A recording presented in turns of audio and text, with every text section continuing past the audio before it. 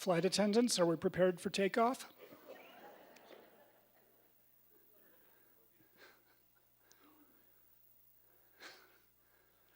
I think I see a thumbs up, so I think that means we're good to go. Good evening and welcome to the Longmont Museum, a center for culture in northern Colorado where people of all ages explore history, experience art, and discover new ideas through dynamic programs, exhibitions, and events. My name is Justin Veach. I'm the manager of the Stewart Auditorium, and I curate public programs here at the museum. Thanks for coming.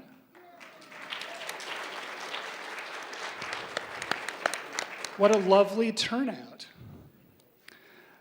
So tonight is yet another Thursday night at the museum. That's right, every Thursday evening we offer a bit of culture, whether it's a film, concert, performance, or conversation.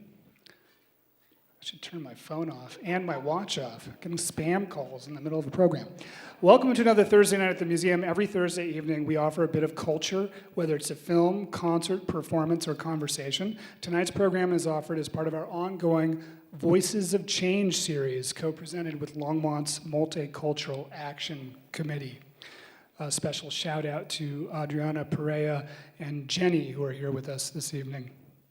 The series aims to highlight and explore Longmont and Boulder County's diverse communities in an effort to foster greater understanding and respect for difference.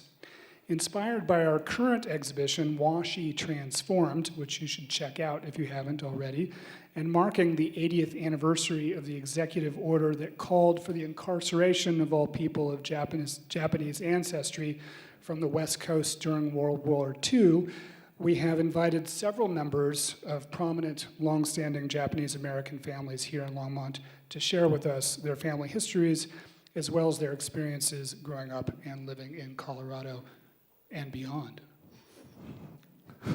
There are many highly qualified historians and journalists who could be moderating this evening's conversation, and I'm certainly not one of those.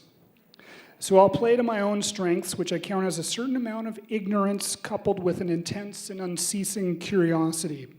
I grew up in Los Angeles, which is second only to Honolulu in terms of the nation's largest populations of Japanese Americans. My grandmother lived in Japan in the late 20s and had a deep appreciation of the culture. I was the first Caucasian member of an all-Japanese Boy Scout troop in Pasadena, California. A troop which predated World War II. Our meetings took place at the Japanese Cultural Institute. Later in life, I became a Buto dancer, it's true, a contemporary Japanese dance form that was a direct response to the horrors of the atomic blast that killed over 200,000 people in August of '45. I've also spent years hanging out in LA's Little Tokyo, and of course I continue to eat a hell of a lot of sushi. But I digress. Allow me to introduce our guests this evening, the lovely Jackie Tono, representing the Maeda family. Hi, Jackie. Hello. Rob Tanaka on the far end over there.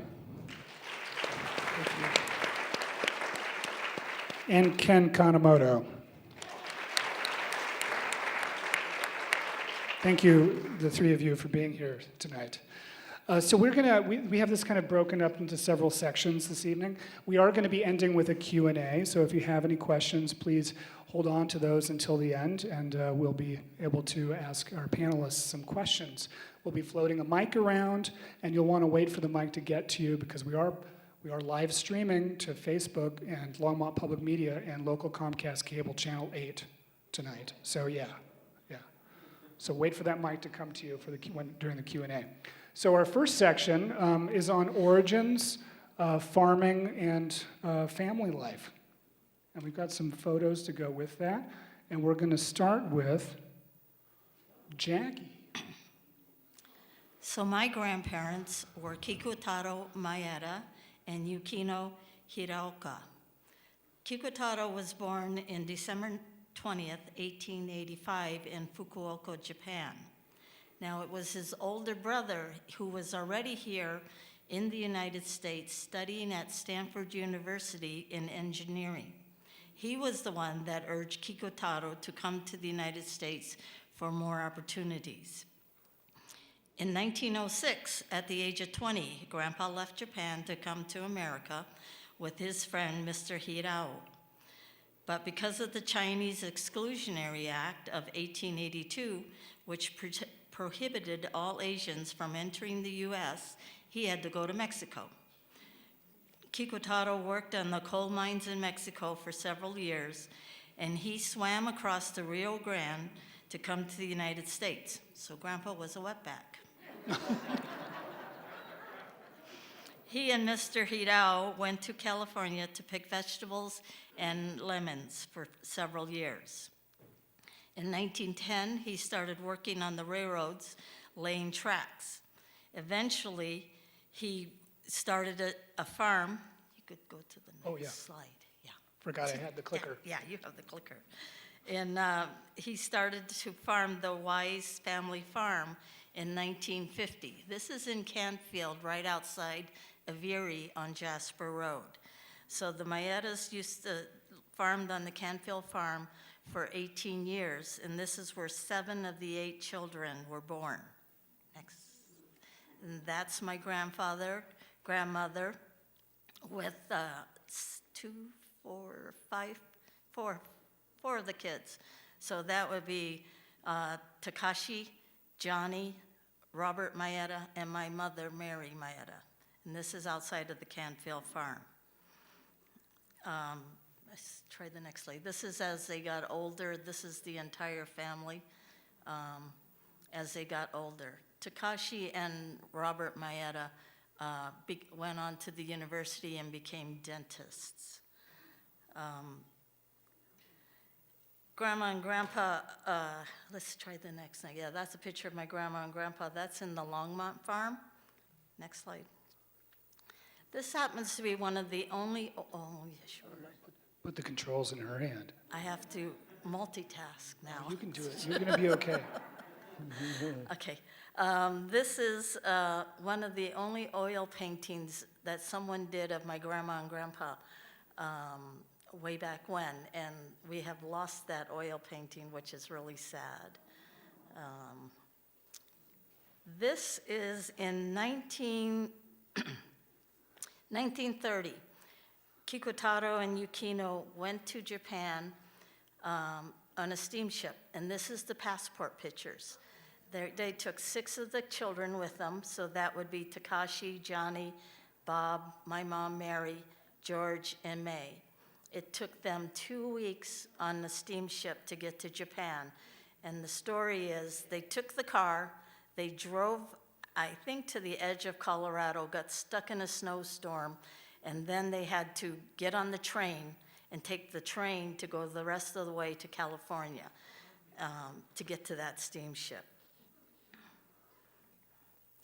This is the farm. Then in 1933, with the help of the family doctor, Grandpa Maeda bought a farm on the corner of Highway 119 and County Line Road, where the McLean warehouse is now sitting. So this is a picture of my grandmother, and then Johnny Maeda. So there's 2 extra people in here. The 2 on, well, I can't see which side it's on. Opposite my grandmother. 2 on the opposite my grandmother. So it would be, I have a feeling they're Jack and John Miyazaki. So because of during the war, the Japanese community was very close-knit. So they would come and visit our family. So I think Jack and John Miyazaki are in this picture. So then it's also Johnny Maeda, George Maeda, Martha, and May, and Ruby, and Bob. So they worked on the farm, and when the war broke out, they didn't allow the Issei, which is first-generation Japanese, to own property.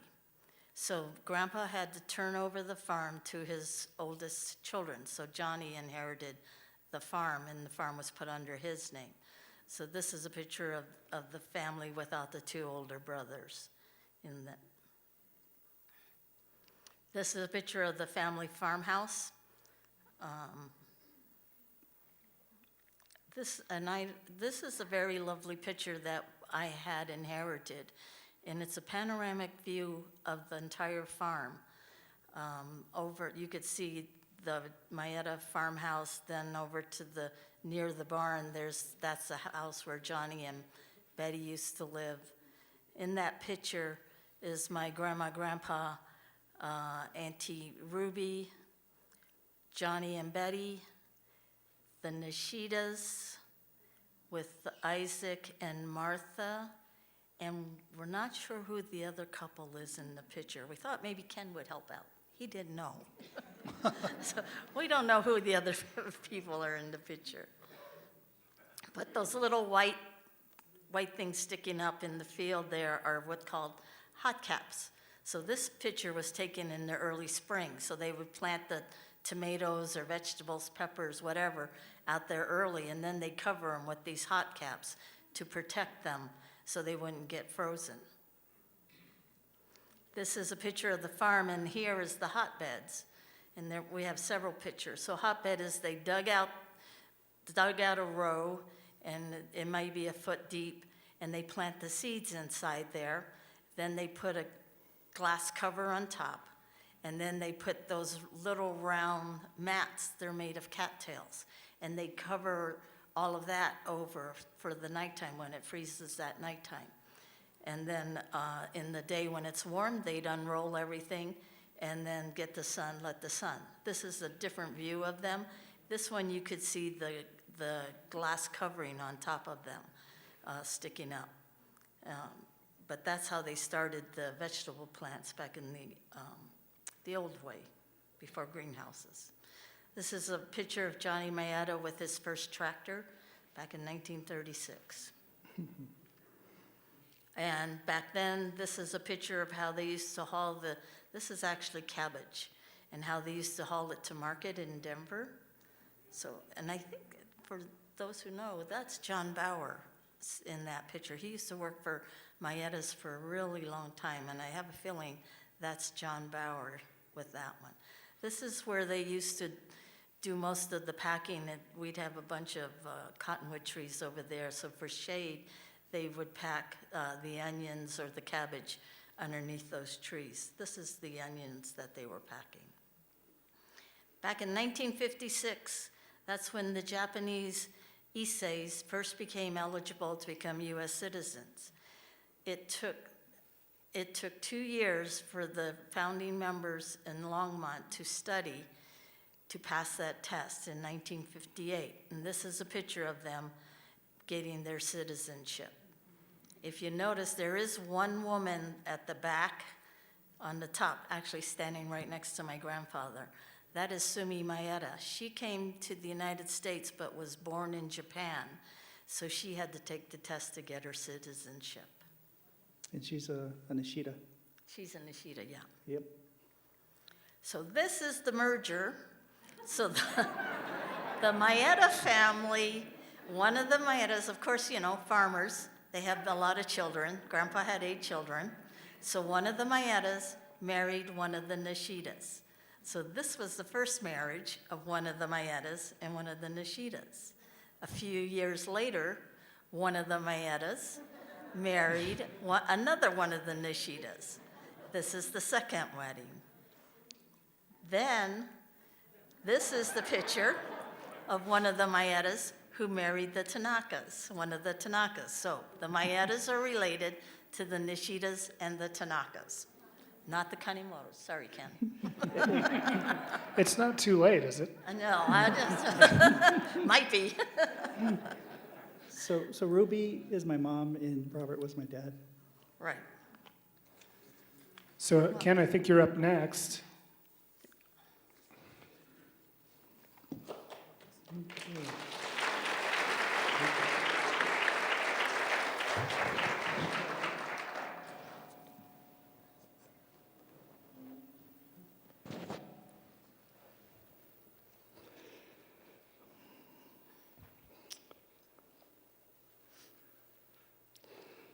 I'm sure that this didn't happen with the Maetas or Tanakas, but with the Kanemotos, none of us wanted to be here. And we tried everything to not be here. We bribed each other. He tried begged to- me. He really begged me. Yeah, we tried to shame him into the others, but anyway, what happened is that you're going to be hearing from the loser. That's me. Sorry about that. This picture is of my grandfather, Kuroko Kanemoto, and Setsuno, his wife. They're the kids. There's my dad, Jim Kanemoto, and then George Kanemoto, and their sister, Faith, or Fumi, they call her. Anyway, Kuroko Kanemoto was born in Hiroshima, Japan. He couldn't get into the U.S.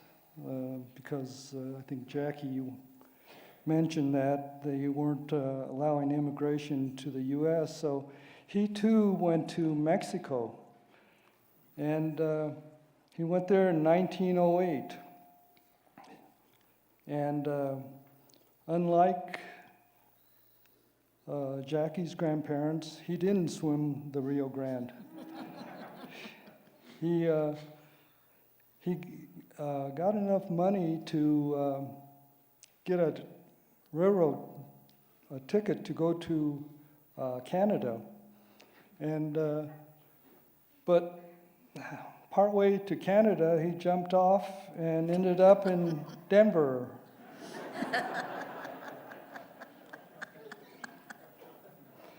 So he was working worked his way to a farm in around LaSalle, which is near Greeley, and then through his parents back in Japan, he got pictures and information about possible wives willing to come a long one-way trip to a new country, leaving all their friends and family, and marry a person she didn't know. And that's hard to imagine.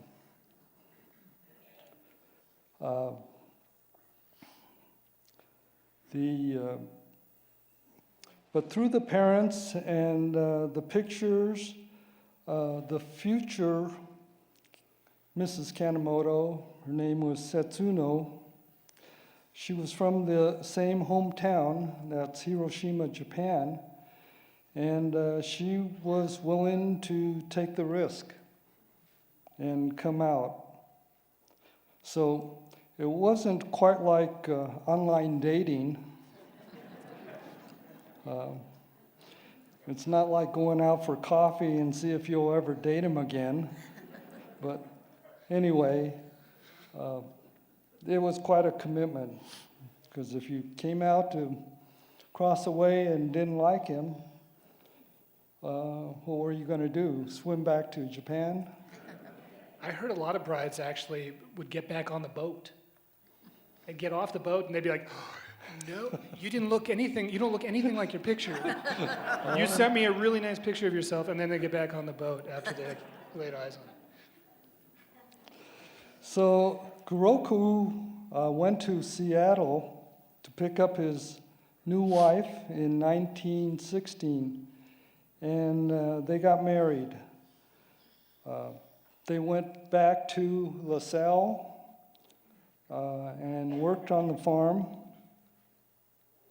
That's where my dad, Jim Kanemoto, was born in 1917. They moved later to rent a farm in North Longmont. I think it was around Terry Lake, about 1919. And my grandparents had two more children then. That was their daughter Fumi and son George. The family later rented a farm near the sugar factory where they continued farming. They'd raise beets and vegetables.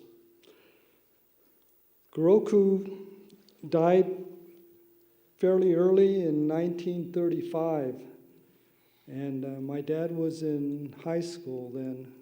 I think he was a senior in high school. He died from a automobile accident. Then the brothers, Jim and George, they worked as partners farming.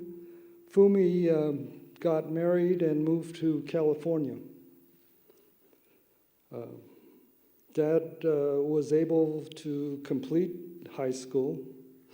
And in 1937, Jim and George, they bought their own 140-acre farm with the help of very friendly bankers.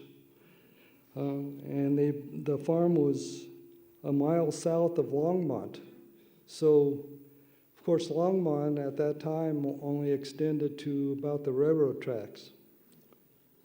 And so the farm they bought is basically on the other side of Main Street from us.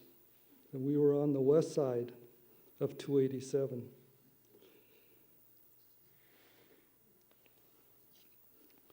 This is a picture of the Miyazaki family. Grandfather Miyazaki came from Japan. He's not in the picture here.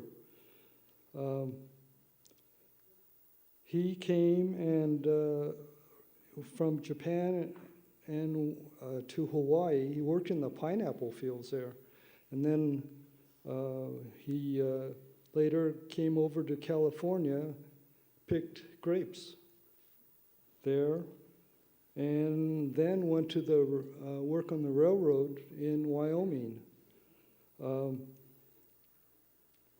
He got married, and then they moved to Canfield. So I think a lot of the Japanese were brought up, or at least went to Canfield, and but then they moved to another nearby farm, which is about 10 miles from here, right on at 287 and Isabel Road. And that's where they grew up. They had 5 children, and 2 of the sisters were Chio and Jane. And Jim and George eventually married those sisters. So brothers married sisters. So we weren't related to the Maedas or Tanakas.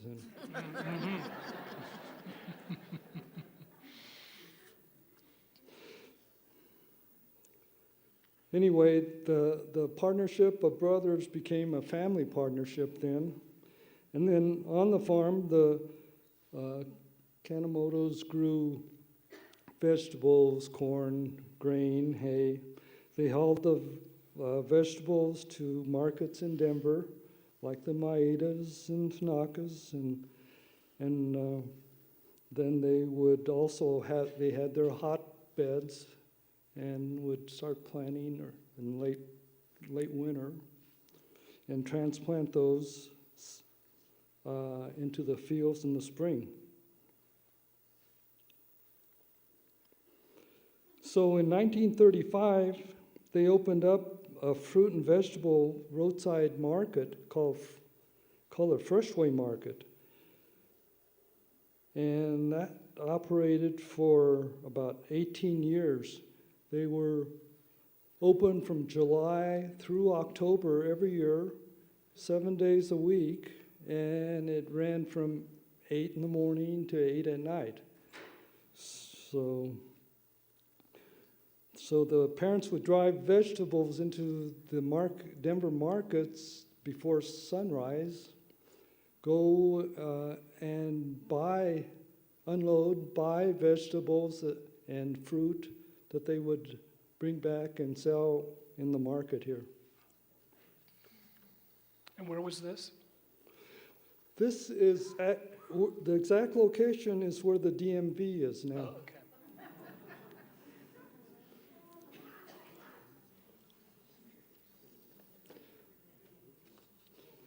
And then,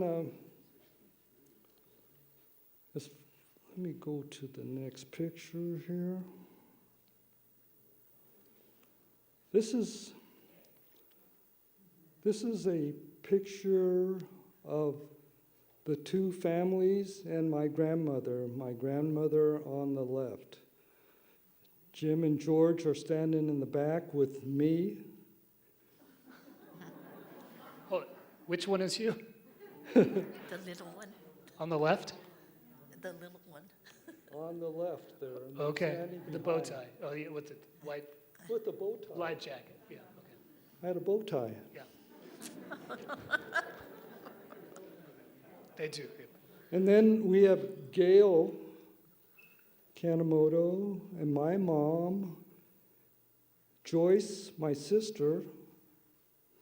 Then there's Jane, Karen. Karen is now Karen Wood. Ed Kanemoto. Between the fathers, there is Dale Kanemoto. Dale and Gail were twins. And I should say Gail is Gail Hogsett, Walters and Hogsett. Oh, okay. So Jim and Chio had two children, myself and Joyce. George and Jane had Ed, the twins Dale and Gail, and Karen. I was the oldest, born just before the war was over in 1945. Karen Wood, was the youngest, and she was born 10 years after I was. Since brothers married sisters, the children between the families were double cousins, along with being in the family partnership. And it was a unique partnership because they only had one checking account among them. That's being really close. That's really close, yeah.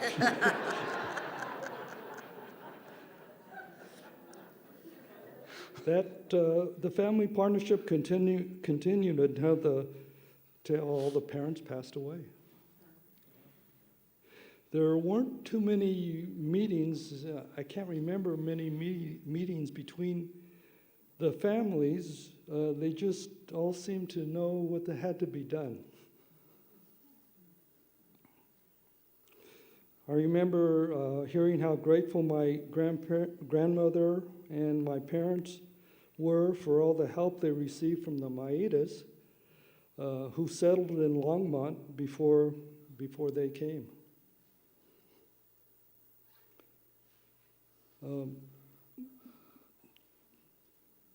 This is a picture by the hotbeds with my mom and my sister Joyce. This is just an onion field, I believe. This is a picture of my mom on a cultivator. And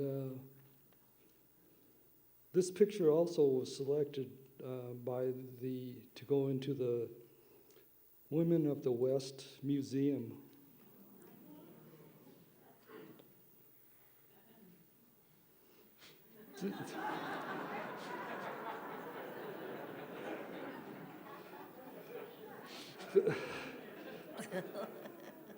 So this is a picture of myself and all my sister and my cousins. There is one person there that doesn't belong to any of us. And we did feel overworked and underpaid. We never went on strike because we'd probably get a spanking.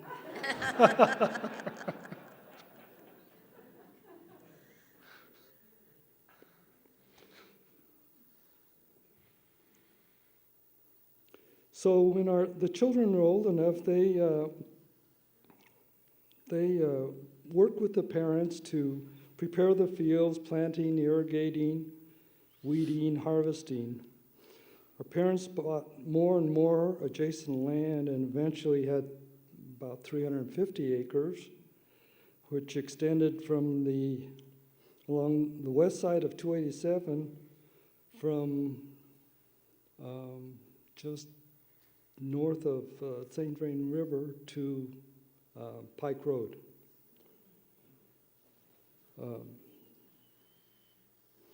As we grew up, we were either in the fields or in that freshway market. So farming was somewhat dangerous. I remember driving a tractor when I was about 5 years old.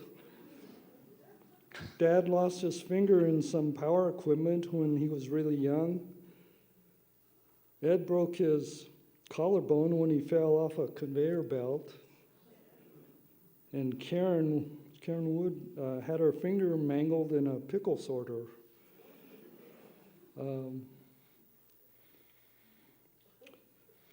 I remember myself being thrown off the tractor when I drove into the left-hand creek.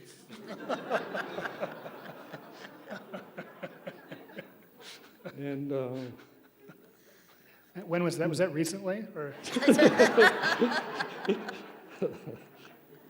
But Mom was washing out a manure spreader with a hose. You know, she was in the bed washing it out, and she got caught up in the spinning blades, tossed her around, and cut her leg. So anyway, it was dangerous. Yeah. Dad was an inventor. He had several patents also. And this picture here is of the cane manufacturing and supply that he started in 1960, where we manufactured one of his patents, which was an adjustable irrigation dam stick. And they also serviced and sold lawnmowers and small engine equipment during the spring and summer. So even when, in the wintertime, when other farmers were kind of taking it easy, we had to go work. We were drilling, bending, welding, grinding. I remember I broke my arm on a large drill press there. So,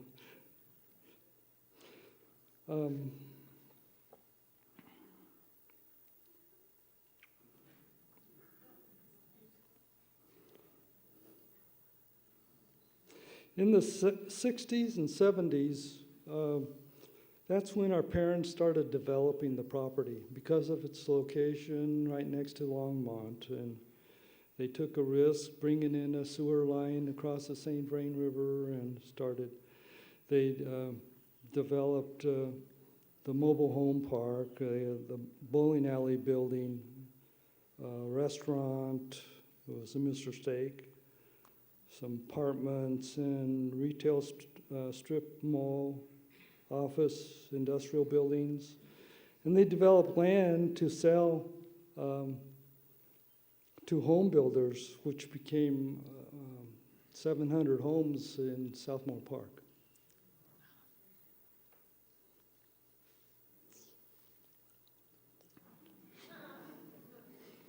Our parents were devout Buddhists. They attended a local church in Lafayette area, and once a month, or about every week, they'd send the kids to Brighton for Sunday school. And for larger events and church services, they would go to the Tri-State Buddhist Church in Denver.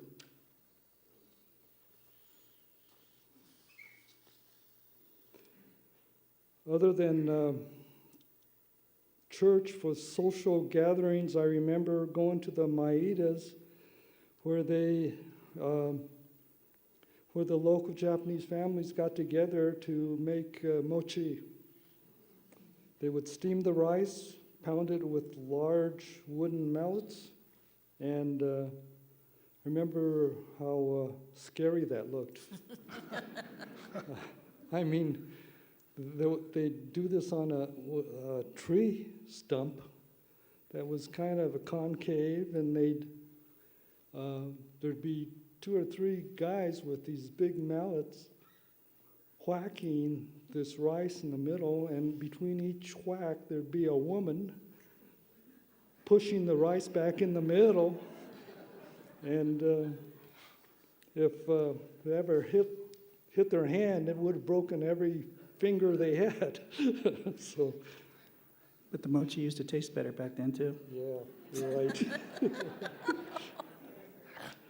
Would the mochi then be, would you wrap the mochi over ice cream or anything like that? What would you use? How would you eat the mochi?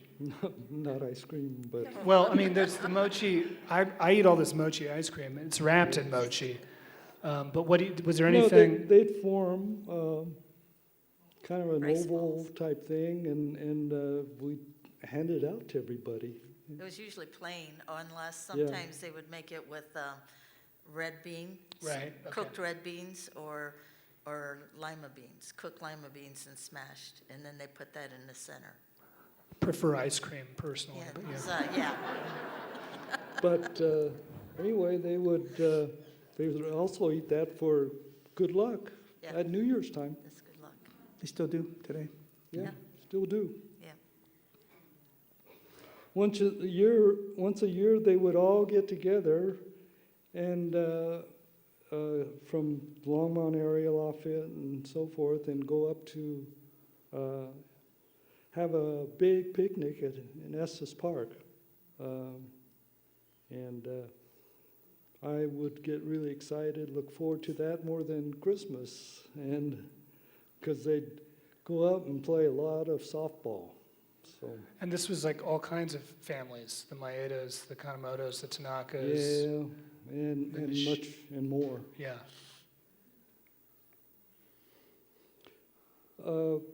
You wanted to know about prejudices and so forth. You asked me about that, and We're going to any dig into that a racial little bias. bit in a little bit. I'll skip that for now. We'll go back to that. We'll Okay. stay on the fun stuff for now.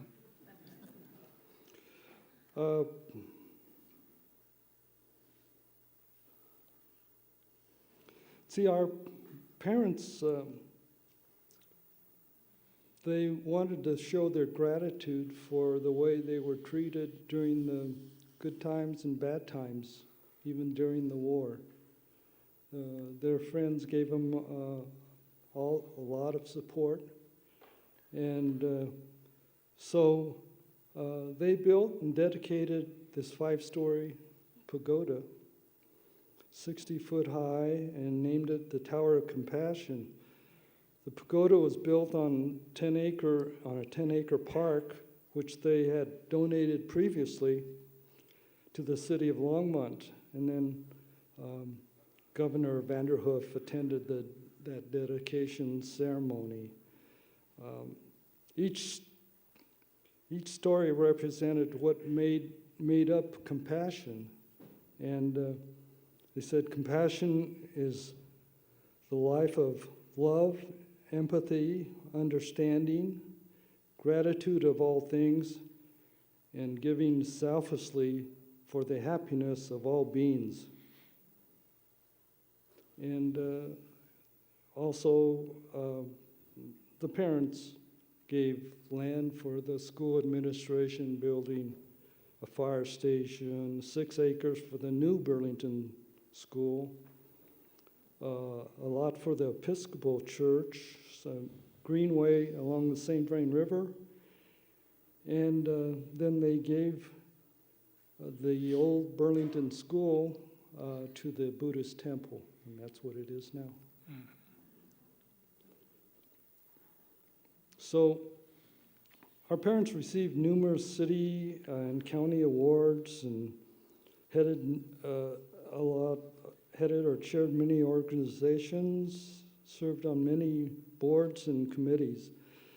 The children and the children's spouses and now grandchildren are striving to do the same, serving the city, their nonprofit organizations and their vocations.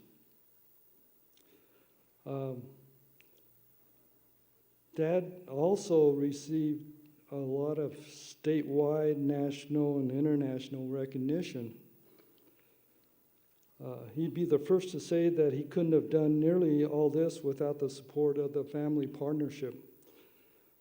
Dad was part of the state governor's committee that went to Japan to form the Colorado-Yamagata sister state relationship. Dad was pretty instrumental in forming the Longmont sister city with Chino, Japan. And he was president of the Tri-State Buddhist Church for 2 years, and in 1972, he was president of the Buddhist Churches of America. In 1988, he received a medal, which is the Order of the Rising Sun from the Emperor of Japan. I think we have a photo of that, don't we? Yeah, let me see what I have here.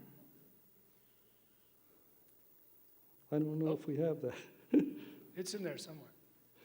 It's just a picture of us being in the Kanemo families in a Christmas parade in 1999.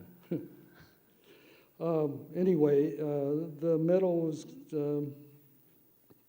given by the Consul General in San Francisco.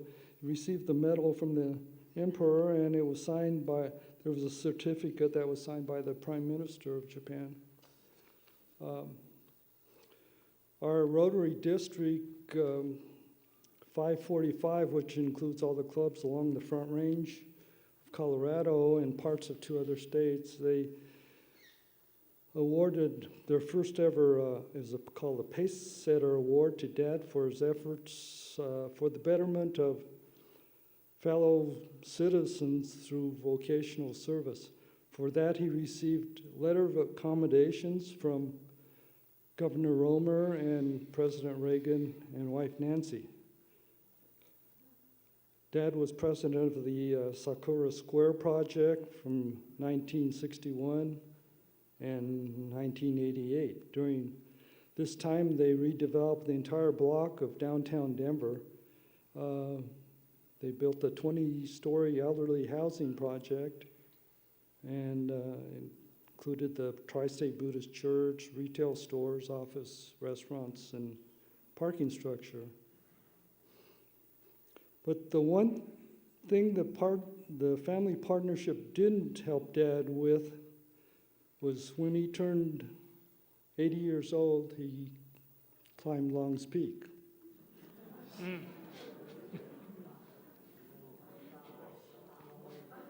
That's a picture of the medal that he got. And that was a tribute to him when he passed away. So, thank you. Thank you.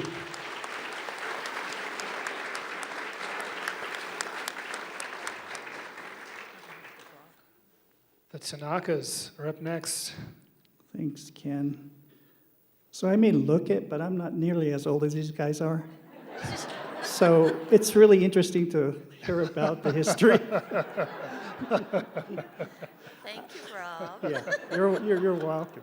Well, first off, I want to thank Justin and the Longmont Museum for sponsoring this event, because I think it's really important to learn about the history of the Japanese Americans and their contributions to Boulder County. Yeah, thank you.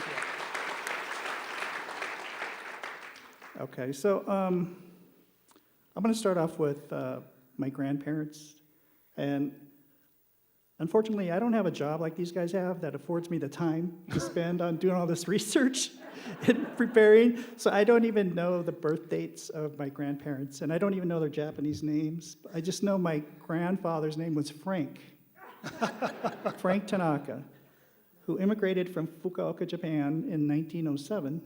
And unlike the Maedas and the Kanemotos, he came over legally. He came through Washington State, but it's not clear whether he came through Canada or just off the Pacific. So he ended up in Canfield, just like the Kanemotos did, right outside of Erie, and I believe the only thing there was a post office at one time. But so he ended up there, and I don't know my grandmother's name. It was just Grandma. But they ended up having 9 children. And the 3 oldest, well, 7 of them were sons, and 2 were daughters. The 3 eldest sons, George, Tom, and King, ended up helping on the farm, while the other 6 siblings, my father was the youngest of the 9, and unfortunately, he was born in 1935, but unfortunately, right after he was born, my grandmother passed. It was like a week later. So because there was so many kids, the 3 eldest sons helped my grandfather on the farm, while the other 6 siblings had to move around and live with different families. But fortunately, because of the close-knit Japanese community, there was a lot of help that helped them.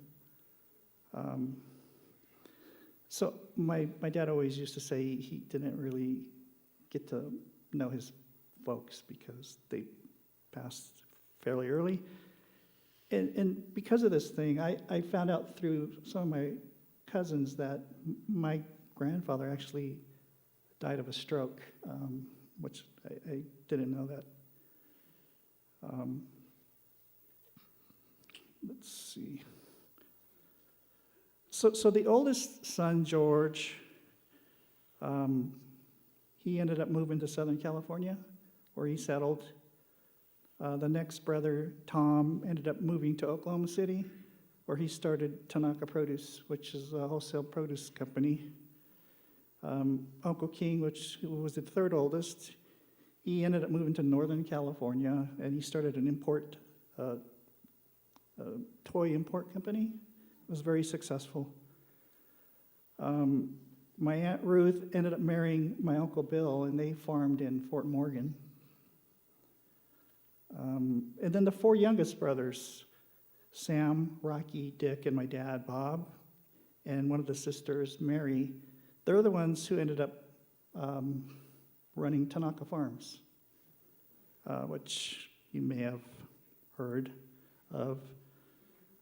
So they settled just outside of Erie. It's kind of between Erie and Longmont. That became the Tanaka Farms. And in their heyday in the 1980s, they had over 5,000 irrigated acres, and they were one of the largest family-run produce or vegetable farms in the country. So they created, or they started the Tanaka Farms Market, which was at Lookout Road in 287. We've got some pictures of that, I think. Yeah, where we sold. So I'm going to go through this first because Okay. my pictures are not coordinated like theirs Okay, are. sure. Like I said, I have a job. But anyway. Right, the disclaimer, yeah. So I'm just going to talk about the family. So, in their heyday, they used to sell to all of the grocery stores, King Super, Safeway, Super Value, Albertsons. But the majority of the produce was shipped out of state, a lot to the south. So one of their biggest customers was Winn-Dixie, Ralph's in California, HEB down in San Antonio.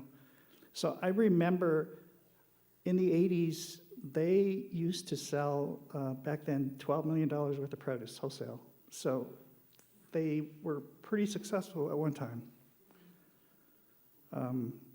And I don't know if this is true for all Japanese, but they always wanted to get bigger and bigger. So the more money they made, the more land they would buy. So at one time, where we're sitting now was part of Tanaka Farms. So on Main Street, the east side of Main Street from Quail Road to the new 118, east to County Line Road, that was all part of Tanaka Farms. Where Twin Peaks Mall is, 8 acres, that was Tanaka Farms.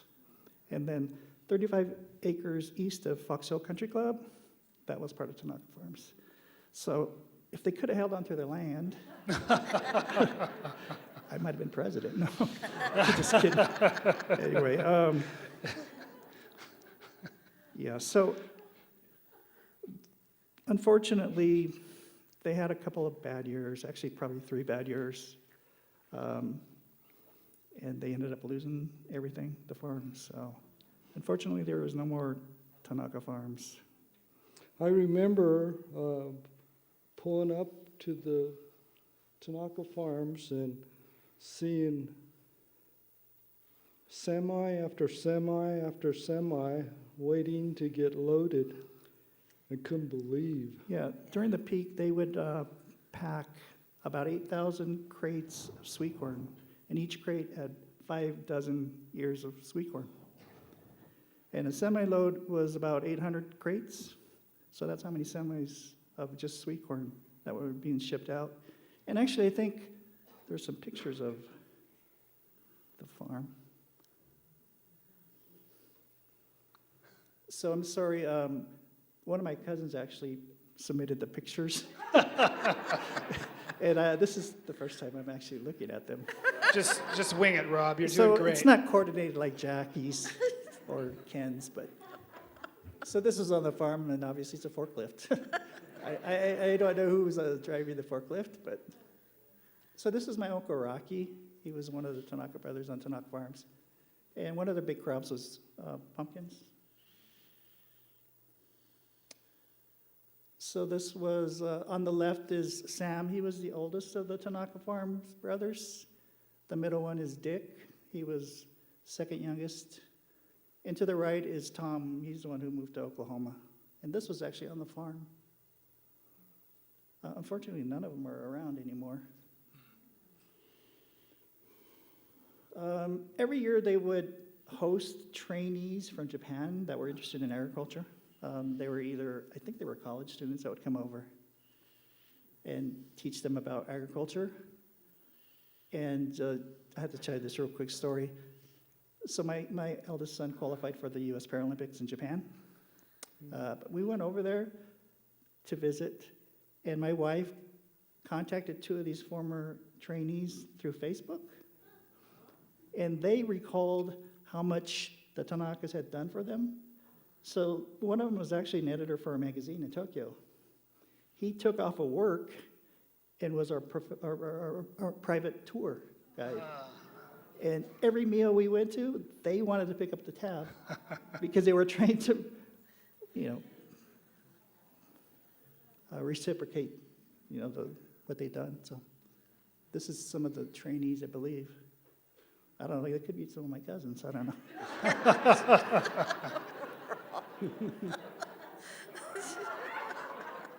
I believe these were a couple of the trainees, and this is the greenhouses that were behind the Tanaka Farmers Market. There's my Uncle Rocky, and this guy's name was Ed Day. He was one of the foremen out there. Again, it's the greenhouses. So they would haul cabbage from the fields in these wagons, and these wagons were actually built by my Uncle Rocky from scratch. They buy the pieces and put it together. So they'd pull these wagons from the field by tractor, and then they would dump them into this conveyor belt, and then they would sort them and pack them in boxes to be shipped. So at their prime, they were doing probably 600 acres of cabbage. That's a lot. These are bunch turnips. It was very labor intensive because this is all done by hand. These are green onions, also harvested by hand and bunched with rubber bands. They wash them and they would cut them. So the way you see them in the grocery store comes directly from here. This is a mechanical sweet corn harvester. So it would take 2 rows of sweet corn at a time. That's my Uncle Rocky. So the sweet corn ends up in a warehouse with conveyor belts, and these are all migrant workers who would pack the crates that I talked about. So there's 5 dozen ears of corn in each crate. And just to give you an idea, back then we'd sell these crates for about $6. Wholesale. This is the market, watermelons. This was the market where they sold produce. More of the market. More of the market. And this market was on 287, or? Yeah, it's Yeah. 287 Lookout Road. Oh, okay. There's nothing there now. No, there is. There's a Is this shed shed there. still there? Yeah, The the shed. shed is still there. They used to grow tomatoes. So this is a dry onion harvester. They used to raise a lot of onions and they would store them in the winter. And throughout the winter, they would sort them and pack them and sell them. So the winters were not vacation time. They worked throughout the summer. The winter. And this is an aerial view of the farm. That facility or that building on the top right, that was the main warehouse where they would load all the semi-trucks. And I think all of these buildings are gone today. So where is this roughly? Do you know? So this road here on the bottom, horizontal road, that is Lookout Road. Okay. So if you were to take Lookout Road and just go east, it runs into North 115th. And if you were to go north straight up, that runs into Highway 52. And Erie's over here, kind of where you are at. And these are more the mechanical harvesters. These are cabbage fields. More onions. At one time, they were really big sugar beet harvesters, producers, when they used to have the Great Western Sugar Factory. These were the trucks that would haul the sweet corn from the field to the warehouse. So those are running all the time. I'm not sure what this is, Ken. This is from your time, probably. Those are, This is, if I they were believe, if they were horses, I know. I think the horses are over there. But I think this is a transplanter, Transplanter. right? Yeah. Where they would Right. buy Looks the like a It transplant. looks like a onions from transplant. Texas, Yeah. because they have an earlier season, bring them up here and transplant them into the ground to get an earlier start. I'm not sure what this is. That's your living room, I think. Yeah. More corn, sweet corn, sweet corn. That looks like cauliflower.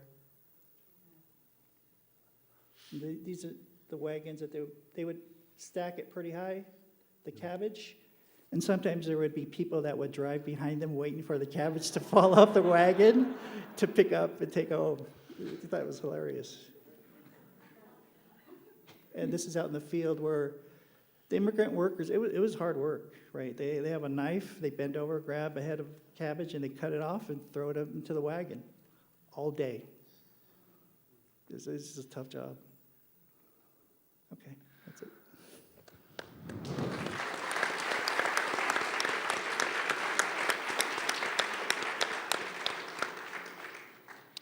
Well, thank you all for giving us a glimpse inside your family histories and how you came to be here.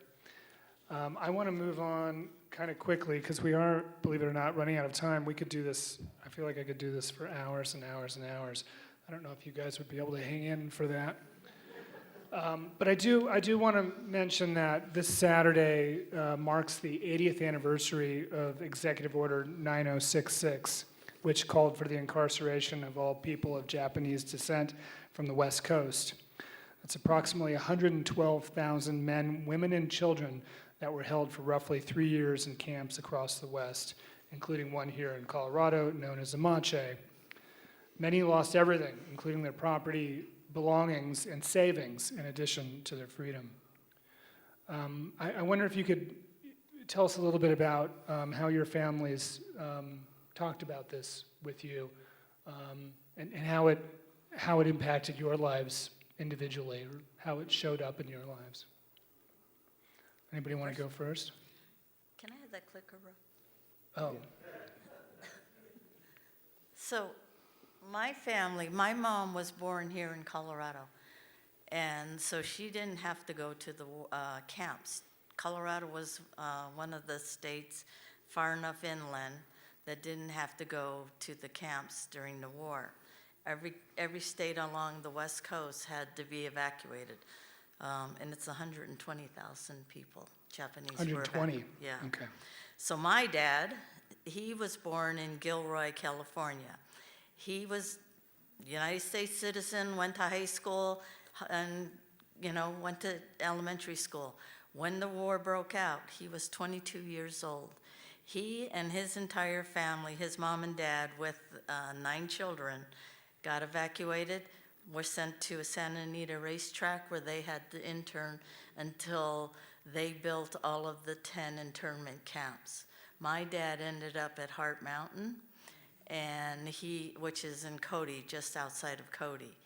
My dad was also one of the only resistors. This is a picture of there were 82 resistors at the time, but when they went to court in the Wyoming District Court, there were only 63.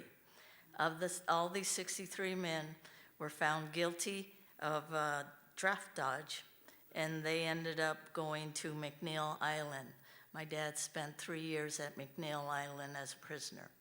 He worked in the fields with the other Jehovah Witness and draft resistors, and worked in the farm fields instead of actually being in a prison cell.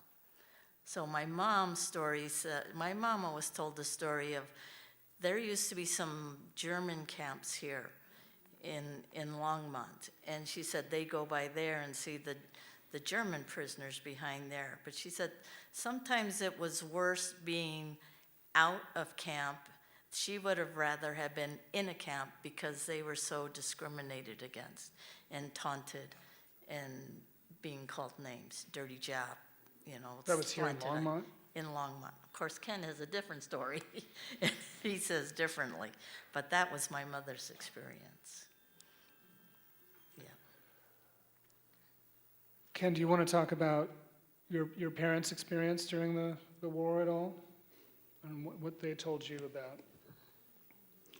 Well, like I mentioned, they, with the gift of the pagoda and so forth, they wouldn't have done that unless, if they were treated badly.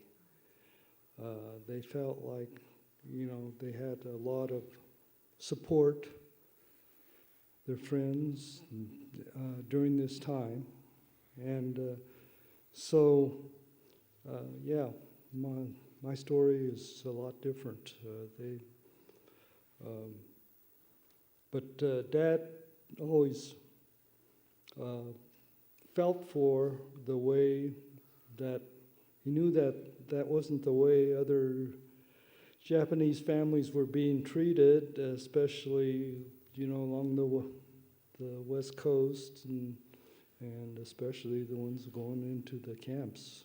And so in Dad's later years, he would go give speeches in high schools, classes, and and talk about the hysteria, the prejudices, paranoia that occurred after Pearl Harbor. And he gave a powerful presentation on that because he wanted to educate people so that this wouldn't happen again, and that U.S. citizens would never become an enemy alien overnight. It's So- really shocking to think of, all of the Tanaka, Kanemoto, Maeda families on the West Coast, hardworking families who are contributing to their economy and to the culture of the place, and who are investing, they're living their lives in these places and contributing so much, and they're just uprooted and removed and everything taken. It's really shocking.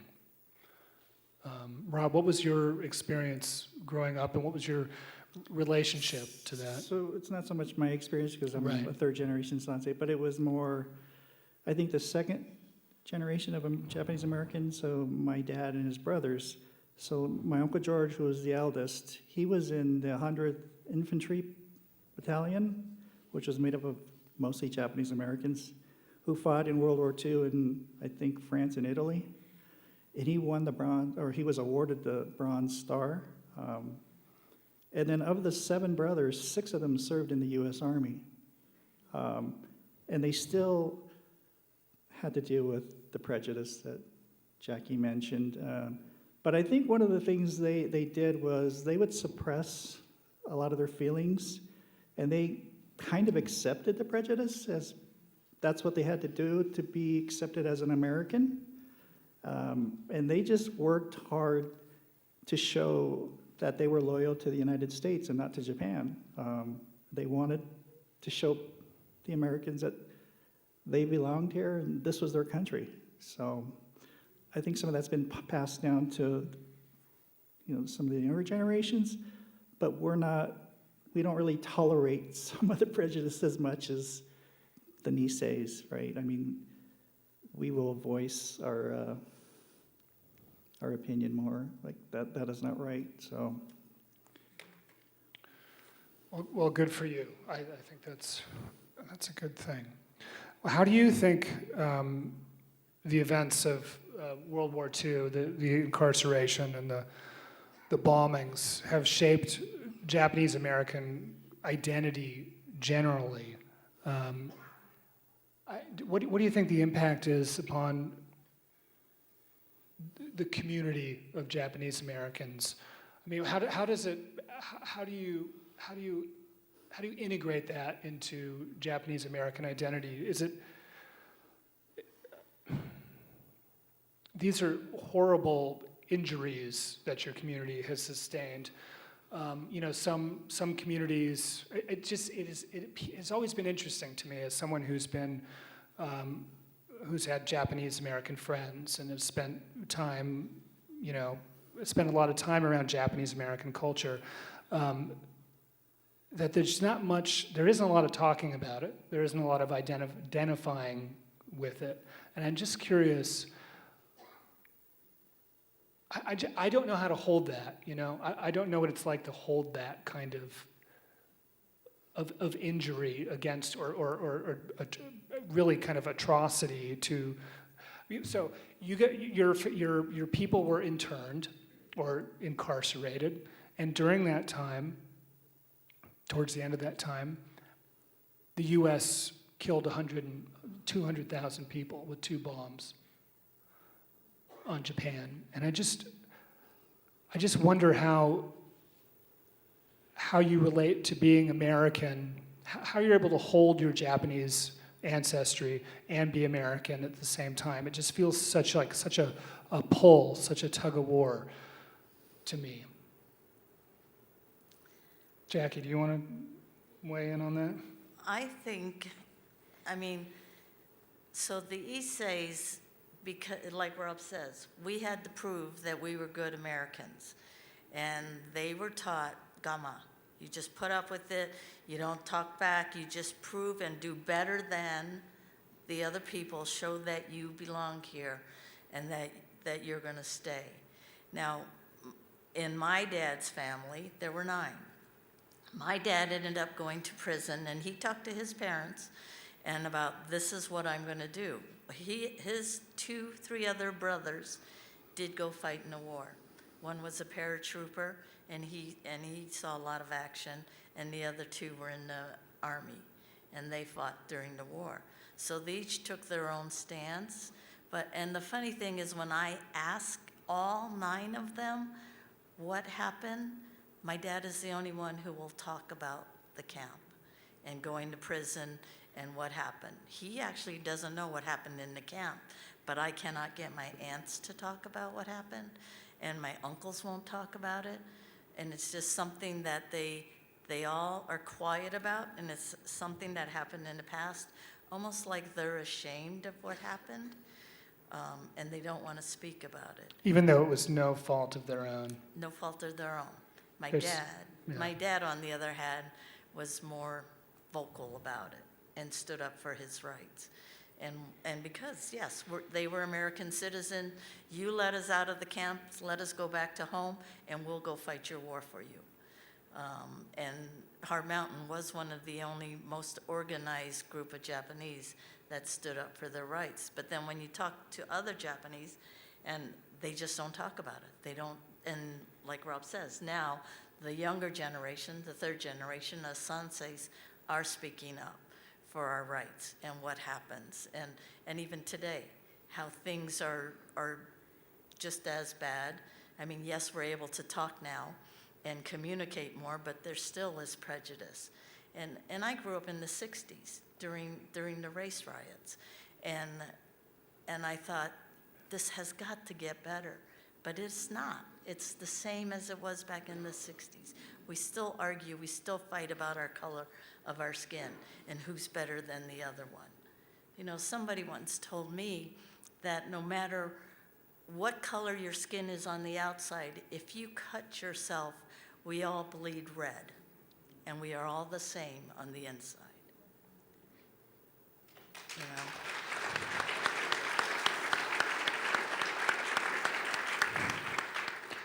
I want to talk just a little bit about what it was like growing up, and when you became first aware, when you first became aware of your difference, or of race.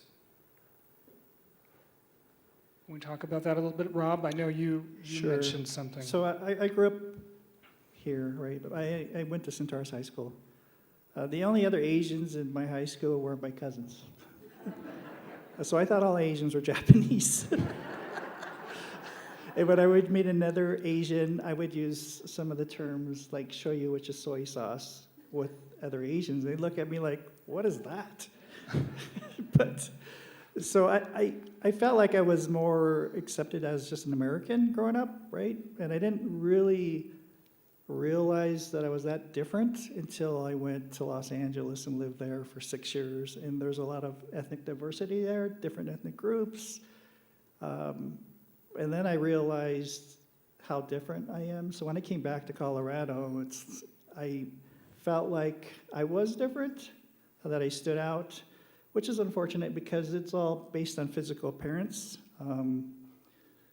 So we're called Japanese Americans, and the Japanese comes first. I think it should be American Japanese because we all feel like we're Americans first, but we are proud of our Japanese heritage. And unfortunately, what Jackie was talking about, the prejudice way back when because of World War II, it's still prevalent today.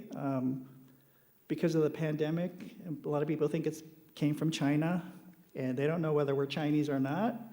We're targeted. I mean, they tell us to go back to China. It's like, I've never been to China.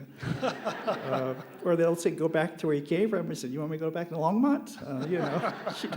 So it's unfortunate. I just think that prejudice is more overt today than it was before. It was more suppressed. But because of the pandemic and just the political climate, it seems like people are not afraid to show their prejudice now. That's just my personal opinion. Yeah, it does seem that way. Ken, did you have a similar experience growing up? I mean, No, no. I did. We must should have be married dumb. into the Kenemotos. Yeah, What's that? we should have married into the Kanimotos. They had a nice sheltered life. But we'd be more clumsy, we'd breaking bones and stuff, it sounds like. Or maybe I had no clue.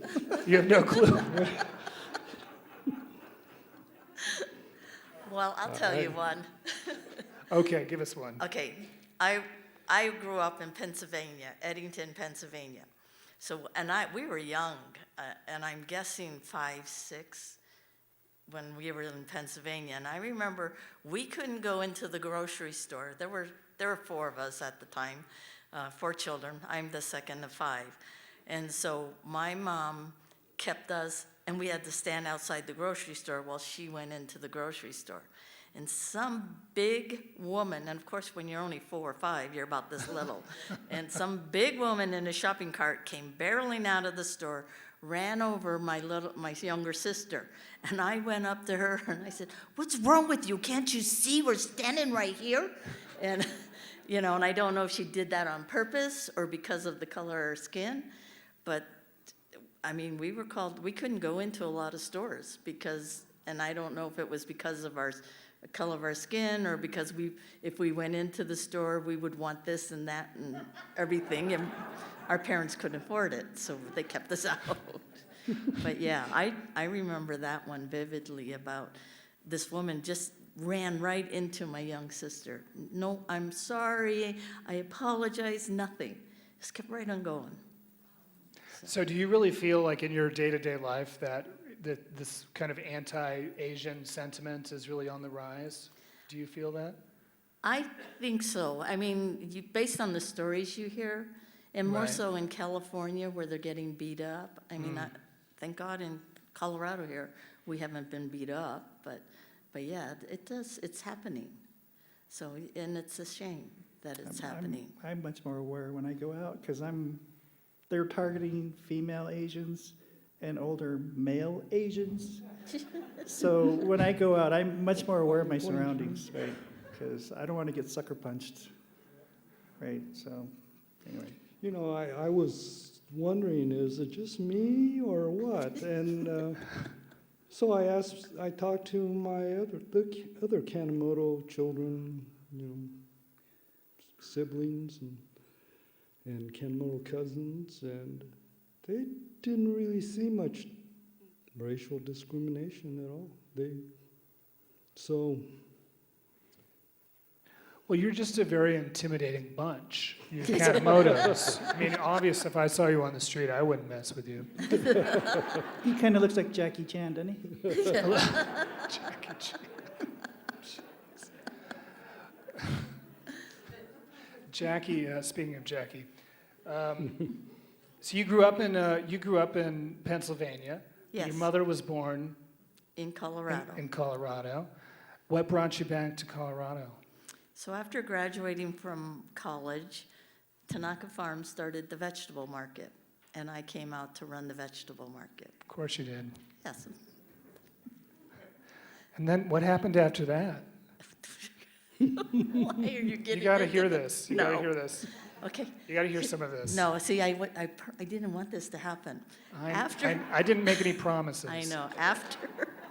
After the vegetable market, I started to socialize and got into bowling because that was the thing. You did bowling here in Longmont.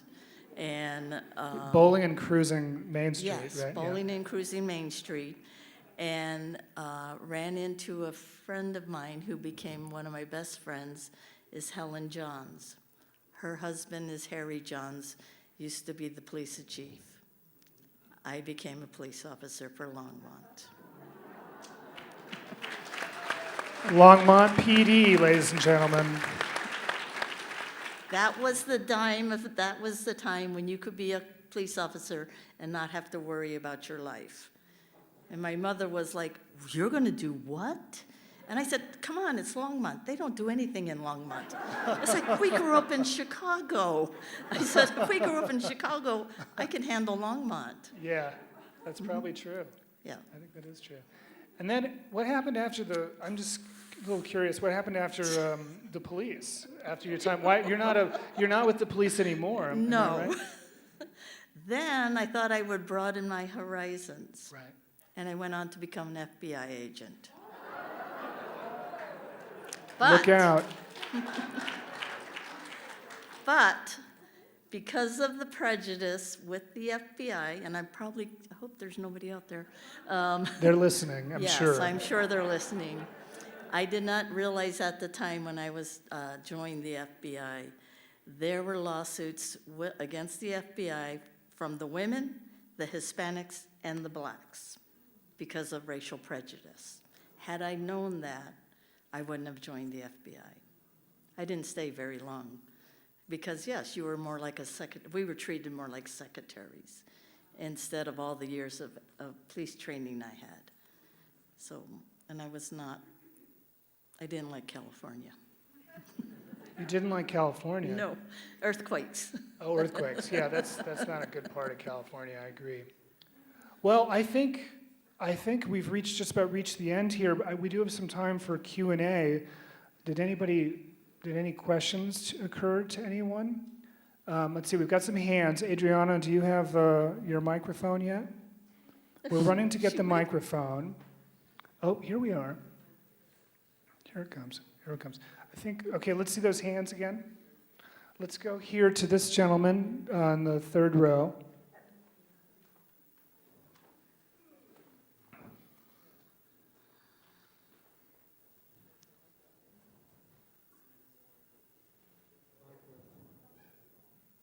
No.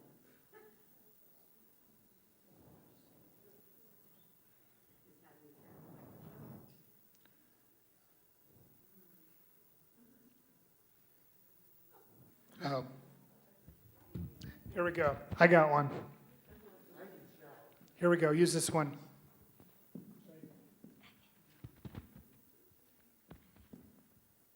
My question's to Mr. Tanaka.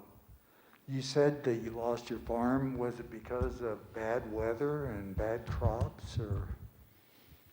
I think it was a combination of being too leveraged. Yeah, they had some bad years.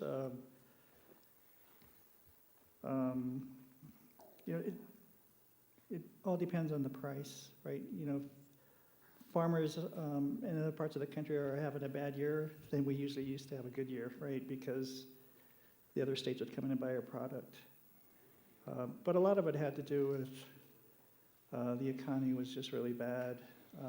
Like I said, that one year we did 12 million in sales of wholesale produce, but we had more expenses. It was just super labor intensive. And then I know we were pretty high leverage, so a lot of interest. And unlike the Kanemotos, their focus was just on the produce, the farming. They just kept wanting to get bigger and bigger. They probably should have cut back, become more efficient, and maybe try to develop some of their land. But that's the way it goes. I think we had another question up towards the top there. Going to give you a good workout, Adriana.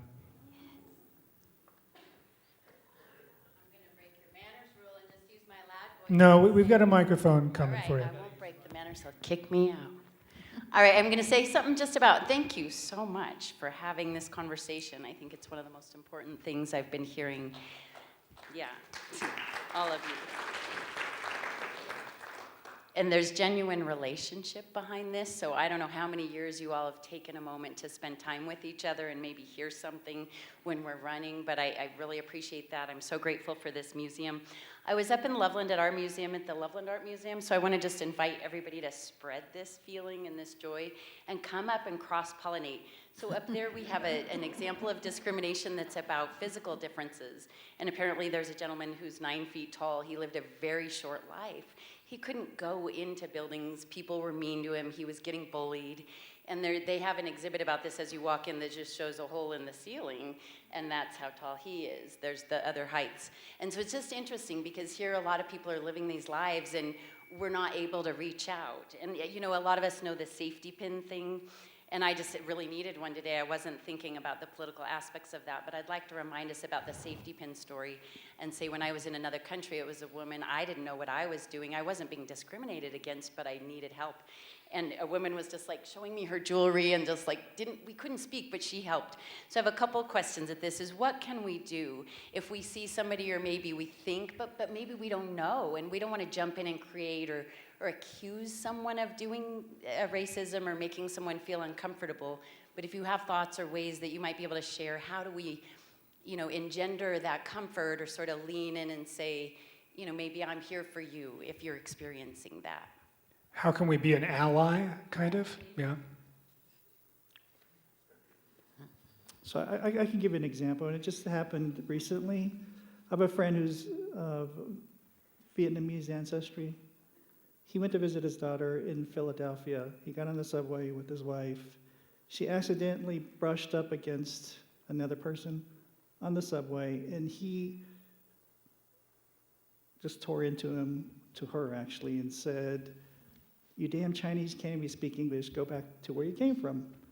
And my friend is a black belt in judo.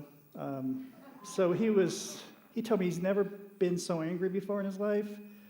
And he said he was looking at ways on how to hurt this guy because he kept mouthing off. But there was a young woman, a Caucasian woman, my friend said she was probably mid to late 20s.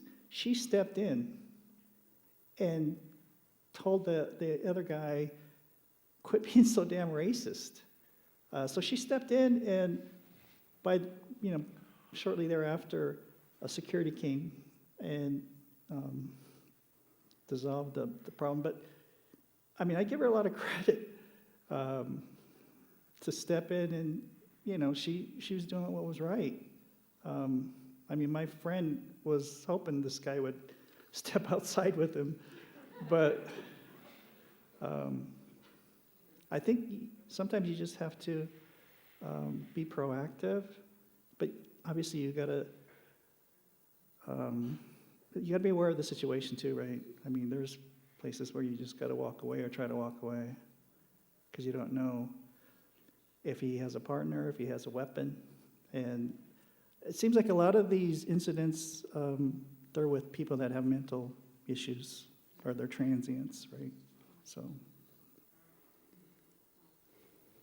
And I think if you see something, say something. That's saying, step up and help somebody who is a person of color. Because Japanese especially are taught not to be disrespectful and not to speak out and not to provoke. So we might not say something, but if somebody else is willing to step up and say something for us, and I think maybe all other Asian cultures might be similar, then it gives us support. So then maybe we can also step up and say something. But it's hard to step up and say something when you're the only person in the room that looks like you. I don't have a question. I just want to say thank you to all of you and your families and your parents and your siblings and your children for enriching the lives of Longmont and for being here to share it. Thank you. Thank you.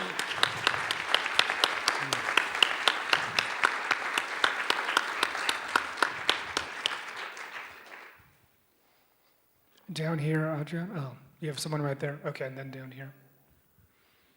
Would like to say, and by way of thank you, I had the pleasure and opportunity to know Jim Kanemoto, and the kindness, the big-heartedness, a good work friend of mine, lived in Southmore Park, and prior to doing business with Jimmy, I was coached a little bit on how much of a giant he was, and I found that to be true also.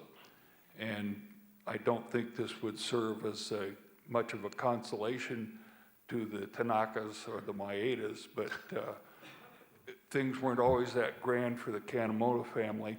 I sold Jimmy his first personal computer. So prior to Control-Alt-Delete being very well known. So he didn't have a bed of roses all the time, but thank you all. And down here, Adriana? Oh, okay. I'm just going to comment a little bit. I grew up about 8 miles east of here in Will County, and we had lots of American Japanese farmers, and they were greatly respected because they were excellent farmers, and they were protected during the war. Some folks wanted to cut off the water in the ditch. No. The other farmers said they get their water. And they earned that respect. They were good farmers. That's about all I'm going to say.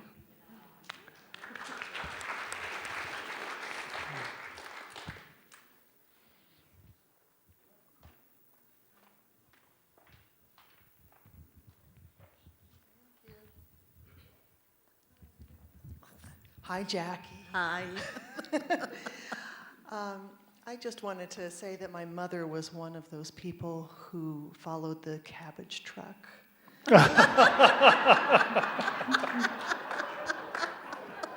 So including accrued interest, you probably owe us like $20.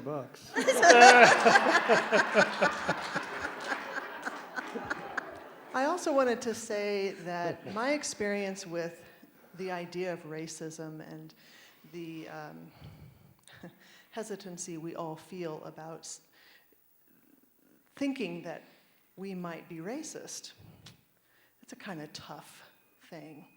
However, racism and prejudice happen in little ways, and microaggressions is kind of the new thing that we talk about. And there are so many great books out there you can read. I'm reading White Fragility right now. It's opening my eyes a little bit. And, you know, it takes place in subtle ways and maybe not so subtle ways. Maybe you're at a dinner party and someone makes a joke that is just unkind. You know, whether it's about a black person or a person of a different colored skin, or maybe someone who's just different from you in any way. That's where it takes that courage to be able to say, look, that was not a good thing to say, and it does take a lot of courage to stand up to people who might judge you, but we have to protect each other as fellow human beings.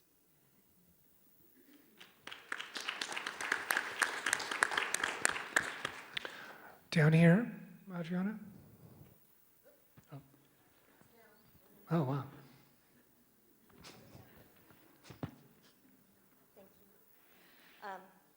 If you just indulge me, and I'll try to be very quick, but so I was actually born in Japan, Tokyo, and actually am a naturalized American citizen.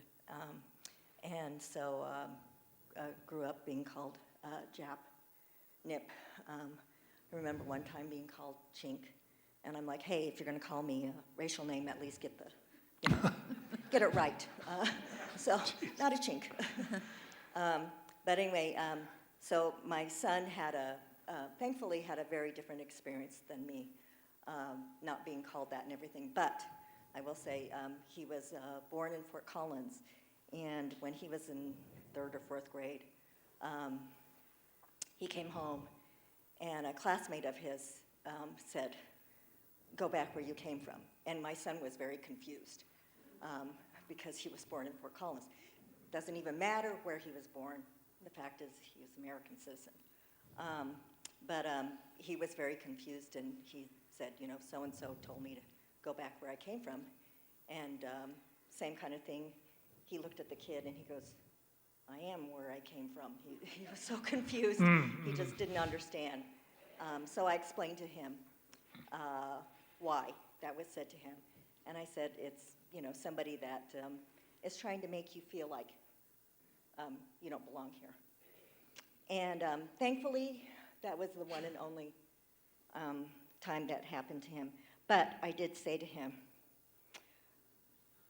and this is, I have been seeing a lot of this more happening where we're being told, go back where you came from. And not just us, but blacks as well, you know, to go back where you came from. But I told my son, I said, if ever anybody says that to you again, you look them straight in the eyes and you say, you first. You first. Yeah. I think we have time for maybe one more here. Oh, you, okay. Oh, yeah. I just stole this right from her. Okay, go ahead, go ahead. I just want to say thank you. So, your stories are heartwarming to me. I'm a Longmont native, grew up and went to school with the Nishitas, Tanakas, Kanemotos, Mayetas, and I came from an agricultural family, and like the gentleman back there said, always well respected. The Kanemotos were well respected by my father, who was a builder as well as a farmer.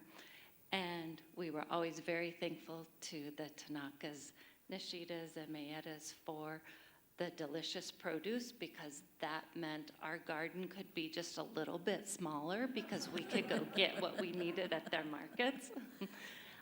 We always put up a lot of tomatoes and cucumbers and so forth, so we would go purchase those in large amounts. But I do want to say, in regards to the Kanemotos, I remember probably in the early 70s, my father complaining that the Kanemotos were selling off good farmland. What was going to happen to our good agricultural history here in Longmont, and where were we going to get our good vegetables? Because they were going to build houses on that good farmland. So please know that with all the hatred out in the world right now, there are many of us Americans who appreciate, value, and are thankful for all that you've done as far as agricultural, but also serving in the military, and your families are very precious to us. So thank you for that. Thank you. I'm afraid that's about all the time we have. We may have, yeah? Oh, yeah, okay, let's squeeze one more in. The mic's way over Oh, here, Mike though. is gone.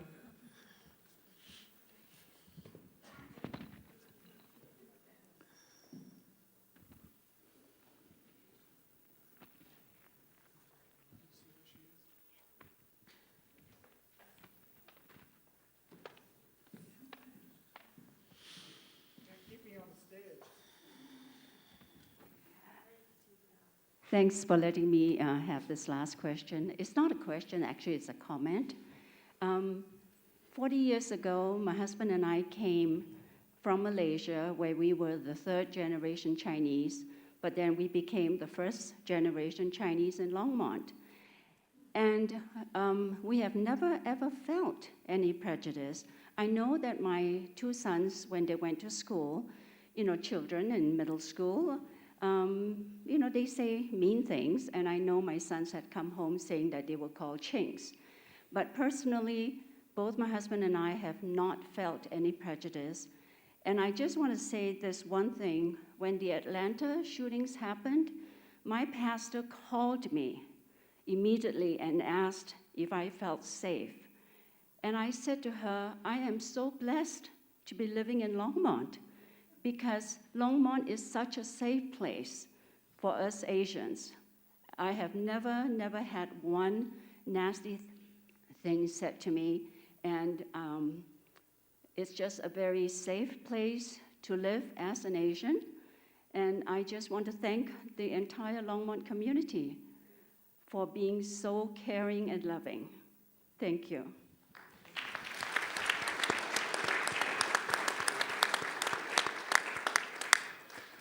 On that note, can't imagine ending on a better note than that.